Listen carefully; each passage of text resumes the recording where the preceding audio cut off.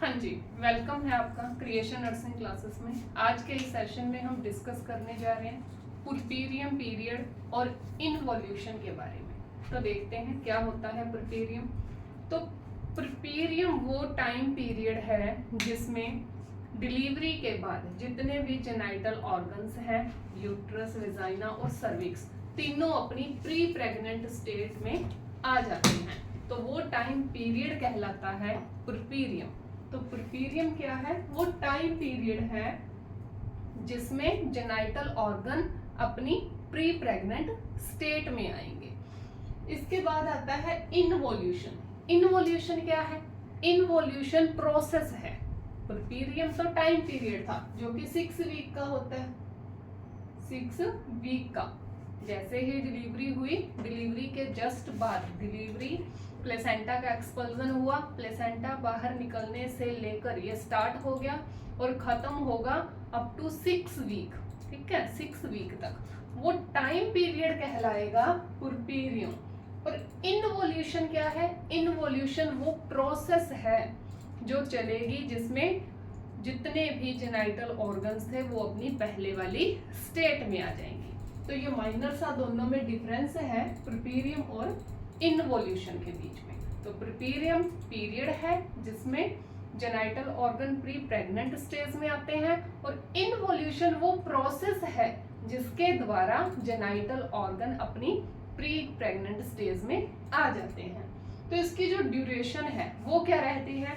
Duration होता है, ये स्टार्ट होता है एक्सपल्जन ऑफ प्लेसेंटा। जैसे ही प्लेसेंटा का एक्सपल्जन हुआ वैसे ही इसकी स्टार्टिंग हो जाएगी। और कब तक रहेगा ये इन्वोल्यूशन? कब तक चलेगी यह प्रोसेस? 6 वीक तक। तो प्लेसेंटा के एक्सपल्जन यानी कि प्लेसेंटा बाहर जैसे ही निकाल लिया तब से लेकर 6 वीक तक का जो टाइम पीरियड है वो रहेगा पुर्पीरियम का, जिसमें पूरी इन्वोल्यूशन की प्रोसेस चलेगी। अब इसके बाद आता है एक वर्ड पुर्पीरा। पुर्पीरा क्या होता है? वो लेडी, वो वुमन जो कि पुर्पीरियम की पीरियड के अंदर है, यानी कि जिसकी डिलीवरी हो चुकी है और अब उसकी पुर्पीरियम वाली स्टेज स्टार्ट हो चुकी है, वो वुमन कहलाएगी पुर्पीरा। ठीक है, तो इसके बाद देखते हैं कि पुर्पीरियम का जो पीरियड है इसे कितने टाइप्स में डिवाइड किया गया। तो इसे टाइम के अकॉर्डिंग 3 टाइप्स में डिवाइड किया गया। तो इसके 3 टाइप्स रहते हैं। फर्स्ट है इमीडिएट। इमीडिएट का मतलब तुरंत, जैसे ही प्लेसेंटा का एक्सपल्जन हुआ तब से लेके 24 आवर्स, 24 घंटे का जो टाइम पीरियड रहेगा वो कहलाएगा इमीडिएट। सेकंड आता है इसमें अर्ली। अर्ली यानी कि 7 डेज हैं, अप टू 7 डेज, 7 दिन तक का जो टाइम है वो कहलाएगा अर्ली। और लास्ट आता है रिमोट। रिमोट के अंदर आएगा अप टू 6 वीक। 6 वीक तक का जो टाइम पीरियड रहेगा वो कहलाएगा रिमोट। तो ये इसके 3 टाइप्स थे। नेक्स्ट इसमें हम देखते हैं कि यूट्रस में कैसे इन्वोल्यूशन होगा, यानी कि यूट्रस कैसे अपनी प्री प्रेग्नेंट स्टेज में वापस आएगा। तो इसमें क्या है, जैसे ही डिलीवरी हुई, आफ्टर डिलीवरी यूट्रस का वेट रहता है 900 से 1000 ग्राम। तो 900 से 1000 ग्राम सून आफ्टर डिलीवरी, जैसे ही डिलीवरी हो गई यूट्रस का वेट 900 से 1000 ग्राम हुआ। उसके बाद फर्स्ट वीक, यानी कि जब ये टाइम पीरियड चल रहा है अर्ली वाला, तो 1 वीक तक में क्या हो जाएगा, इसका जो वेट है वो 500 ग्राम रह जाएगा। सेकंड वीक के एंड में इसका जो वेट है यूट्रस का वो 300 ग्राम रह जाएगा। और 4 वीक के खत्म होते होते यूट्रस का वेट लगभग 100 ग्राम रह जाता है। तो इस तरह से क्या है, इन्वोल्यूशन होता है यूट्रस का, उसका वेट कम होता रहता है। डिलीवरी के जस्ट बाद कितना, 900 से 1000 ग्राम होता है। फर्स्ट वीक के खत्म होते ही 500 ग्राम रह जाता है। सेकंड वीक के खत्म होते ही 300 ग्राम रह जाता है। और 4th वीक के खत्म होते 100 ग्राम रह जाता है। इसके बाद बात करते हैं यूट्रस की डायमेंशन की। उसका डायमेंशन कितना होता है। तो यूट्रस का डायमेंशन आफ्टर डिलीवरी के बाद, जैसे ही डिलीवरी हुई उसके बाद 20 इंटू 12 इंटू 7.5 सेंटीमीटर होता है, यानी कि उसकी लेंथ, विड्थ और उसकी जो मोटाई है वो, ठीक है। तो ये रहती है 20 into 12 into 7.5 centimetre after delivery. Normally ये कितना होता है 7.5 इंटू 5 इंटू 2.5, ये नॉर्मली या प्री प्रेग्नेंट स्टेज में यूट्रस का साइज डायमेंशन रहती है। इसके बाद एट टर्म की अगर बात करें, एट टर्म यानी कि जब डिलीवरी होने से पहले का टाइम पीरियड, एट टर्म हो चुका है, लेबर स्टार्ट होगा, तब इसकी डायमेंशन रहती है लगभग 32, ठीक है, 32 इंटू 20, तब रहती है लगभग 32 इंटू 20, और ये रहती है प्री प्रेग्नेंट स्टेज में। और जस्ट आफ्टर डिलीवरी ये हो जाता है 20 इंटू 12 इंटू 7.5 सेंटीमीटर, लेंथ हो गई, विड्थ हो गई और उसकी थिकनेस हो गई। इसके बाद इसके लेवल देखते हैं कि पुर्पेरियम का जो लेवल है वो कैसे चलता है। तो फर्स्ट डे, जैसे ही सून आफ्टर डिलीवरी जो पहला दिन आएगा, फर्स्ट डे क्या होगा, आफ्टर 24 आवर्स बोल सकते हैं। फर्स्ट डे में क्या होगा, जो यूट्रस का फंडस वाला पार्ट है वो वैसे का वैसा ही रहेगा। यूट्रस का फंडस वाला पार्ट वैसा ही रहता है, क्योंकि क्या है, सून आफ्टर डिलीवरी जो इसका वेट रहता है 900 से 1000 ग्राम होता है, जो कि एट टर्म पे भी इतना ही रहता है।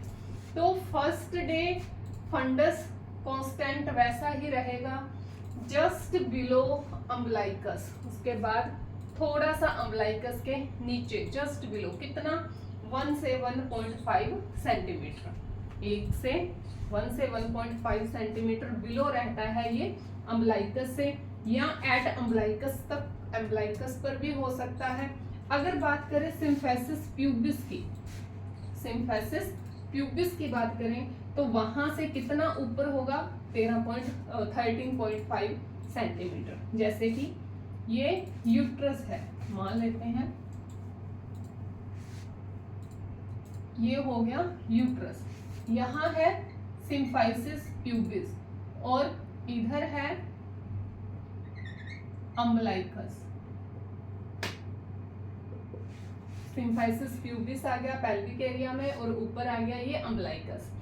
तो फर्स्ट डे या तो अम्बलाइकस के बिल्कुल नीचे 1 से 1.5 सेंटीमीटर नीचे होगा, या क्या है ये पूरा ही अम्बलाइकस पर होगा, ठीक है। अम्बलाइकस से या तो पूरा एट अम्बलाइकस होगा, या अम्बलाइकस से यहाँ कितना नीचे होगा, 1.5 सेंटीमीटर नीचे होगा। अगर अबव बात करें इस सिम्फेसिस प्यूबिस से, ये अबव कितना होगा, तो 13.5 सेंटीमीटर ये अबव होगा। तो कहाँ आ गया, सिर्फ अम्बलाइकस पर ही क्या है, अम्बलाइकस तक ये यूट्रस रहता है फर्स्ट डे। अब देखें सेकंड डे, फर्स्ट डे तो ये था, या तो अम्बलाइकस पर होगा या अम्बलाइकस से 1 या 1.5 सेंटीमीटर बिलो होगा।